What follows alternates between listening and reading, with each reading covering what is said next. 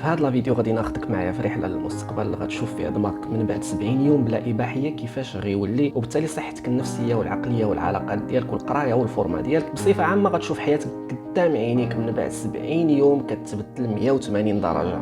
الهضره اللي غتسمع في هذا الفيديو ما جبتهاش من راسي، ولكن جبتها من احدث الدراسات اللي تداروا في علم النفس وفي علم الاعصاب، واللي غتعطيك خطوات صغيره تطبقها ومن خلالها تحصد نتائج كبيره وحلول عمليات تطبيقيه بعيدا عن البلابلا النظريه. اخصائيين في علم النفس غادي ياخذوا بيديك انك تقطع العاده وتجدد الولاده، ولذلك ما تنساش دير لايك وبارطاج وطاق اصحابك باش تعمل الافاده. وفين بدات تحس بالسعاده على بركه الله، يلا نبداو. I know you told your friend you're not okay, and tell me what's wrong and why you never said you felt that way. Guess you're trying to stay. اول حاجه ضروري تفهم جوج اسباب اللي كتخليك مدمن افلام اباحيه، واللي هما اولا لانها سهله ومتاحه، بمعنى ان كليك وحده كتخليك تسافر العالم جنسي افتراضي. ثانيا لانها مثيره، والاثاره ديالها مخدومه من طرف فريق خبير في التجميل وفي الفيتنس اللي كيخليك تشوف اجساد منحوته وعضلات البطن منقوشه، وزيد عليها انه كيتم التصوير ديالها من طرف فريق محترف اللي كيعدل على الصوره وكتبان لك مثاليه ومبالغ فيها، الشيء اللي كيخليك تنسلخ من الواقع. العالم افتراضي، فما كتبقاش على راسك راضي ملي كتولي تقارن داكشي اللي كتشوف في الواقع مع داكشي اللي كتشوف في المواقع. ثالث سبب كيخلينا مدمنين الاباحيه هو لانها مشبعه، وحسب الدراسات اللي غنخلي لكم الرابط ديالها في صندوق الوصف، الكميه ديال الدوبامين او هرمون المتعه اللي كيفرزو الدماغ اثناء مشاهده الافلام الاباحيه كثير من الكميه اللي كتفرز اثناء الممارسه الواقعيه، وهذا هو السبب اللي كيخلي ناس بالرغم من انهم مزوجين الا انهم مازالين مدمنين عليها. دابا حنا سيدي غادي نعكسوا هاد الاسباب الثلاثه للادمان ونحاولوا نخرجوا منها حلول عمليه تطبيقيه باش تقطعها نهائيا، واللي كنوعدك انك اذا التزمتي بهاد النصائح لمده 70 يوم غادي تولي تشوف تغيير جذري في حياتك. غتشوف البشره ديال وجهك ولات مشرقه، الفورما ديالك ولات كتقاد، النفسيه والعقليه والعلاقات ديالك كيتبدلوا، حتى النيفو ديالك في القرايه والخدمه غادي يطلع على بركه الله. هكا القوانين الاربعه للاقلاع عن الافلام الاباحيه اللي هضر عليهم الكاتب جيمس كلير في كتابه عادات ذريه، واللي هما اولا خليها مخفيه، بما ان واحد من اعظم الاسباب اللي كيخليك مدمن هو انك كتشوف صور مثيره، وماشي بالضروره اباحيه، تقدر مثلا غير ملي تدخل الانستغرام تشوف صوره مثيره تهيج لك الرغبه في انك تشوف صوره اشد اثاره، وهكذا حتى كتلقى راسك هربتي من الواقع ودخلتي للمواقع. ولذلك عزيزي المشاهد عزيزتي المشاهده، حيد عليك اي موقع من مواقع التفاخر الاجتماعي كيخليك تشوف صور مثيره. غادي تحاول تلتزم معايا لمده 70 يوم انك ديزانستالي كاع التطبيقات، حاول تقطع الفعه من راسها، ومن النهار الاول كيموت المش، بحيث انك تلتزم على انك تغض البصر ديالك على اي حاجه مهما كانت صغيره كتشوفها غتقدر تهيجك، وبلا ما دير فيها بطال وعندك اراده قويه تقول لا سيدي انا غادي ندخل البورنوغرام ونتحكم في راسي، كنقصد الانستغرام، لان الناس اللي صوبوه راه ما فيهمش غير مبرمجي التطبيقات، ولكن راه فيهم علماء نفس اللي حاولوا يزيدوا من درجه الادمان التطبيق ديال الانستغرام. ولذلك بلا ما تدخل في صراع مع ناس كبار عليك، حاول ايضا توصي الوالد ديالك يقطع الويفي من الدار في الليل، وحاول ما تدخلش معاك الكونيكسيون الدار ملي تكون بوحدك. المهم حاول اي اشاره كتخلي حليمه ترجع لعادتها القديمه خاصك تمحيها.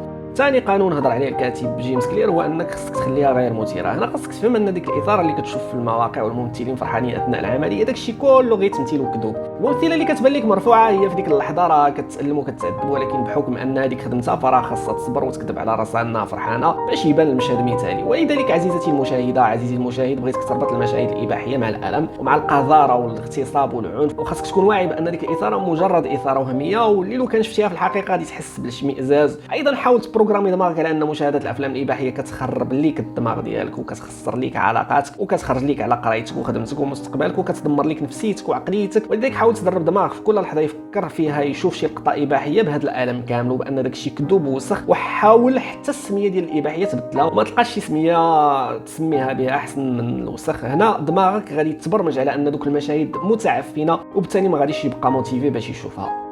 ثالث قانون تقطع به الاباحيه هو خليها صعيبه، وبما ان السبب اللي خلاك مدمن لدوك المشاهد المتعفنه هو انها سهله، حاول تصعب العمليه ديال المشاهده بانك تخدم تطبيقات حظر المواقع سواء بالهاتف او في الحاسوب، بمعنى انك واخا تسها تبغي تفرج التطبيق غادي يبلوكي ليك كاع المواقع المثيره. حاول ايضا ملي تبقى بوحدك في الدار في هاد 70 يوم تقطع الويفي او تعطي الروتور للجيران، او في حاله ما يصلحش ليك تقطع الويفي ما تخليش التليفون كيبات معاك، سد عليه في شي صندوق بالساروت وعطي الساروت لشي واحد في العائله وصحابك.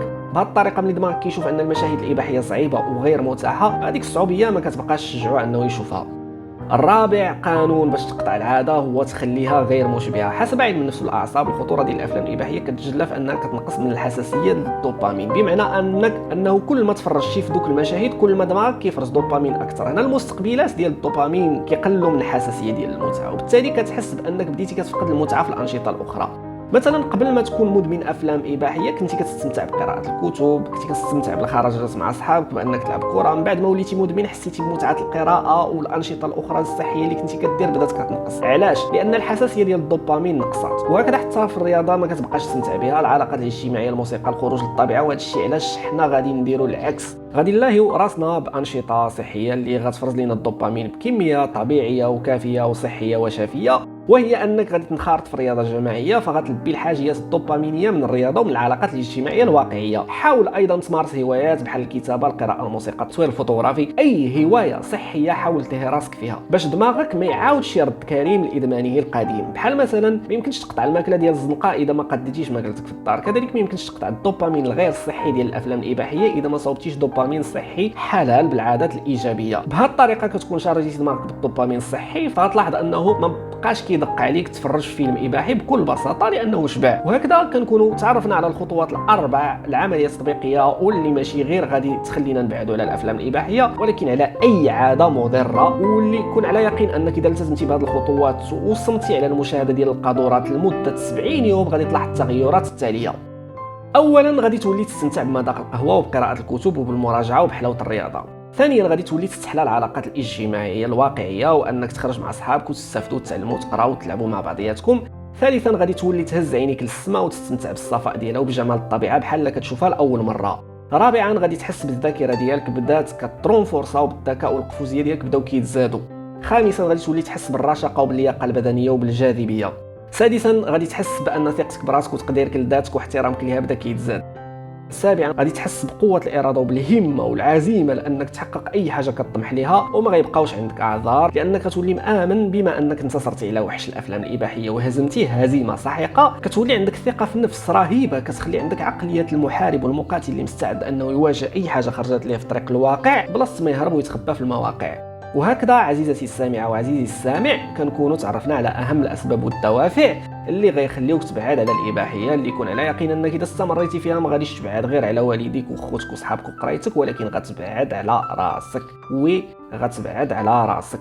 وهذا الشيء علاش جيت في هذا الفيديو باش نتقاسم معك شنو تعلمت من دراسه معمقه في علم النفس والاعصاب باش نخليك تقرب من راسك وتصالح مع ذاتك وتنتصر على شهواتك بخطوات بسيطه وصغيره اللي النتائج ديالها صادمه وكبيره. ولذلك ما نحتاجش وصيك تبارطاجي هذا الفيديو مع صحابك باش كلشي يستافد وعلى العادات الغير صحيه يبتعد والمواجهه تحديات الحياه يكون مستعد. ما سخيتش بكم ولكن للاسف ضروري هنا نخليكم وبلا ما نحتاج نوصيكم. تهلاو في راسكم بزاف وعرفوا انكم اذا لم تفعلوا ذلك فلا احد قادم لانقاذك. Thanks for watching and see you in the next video. Peace.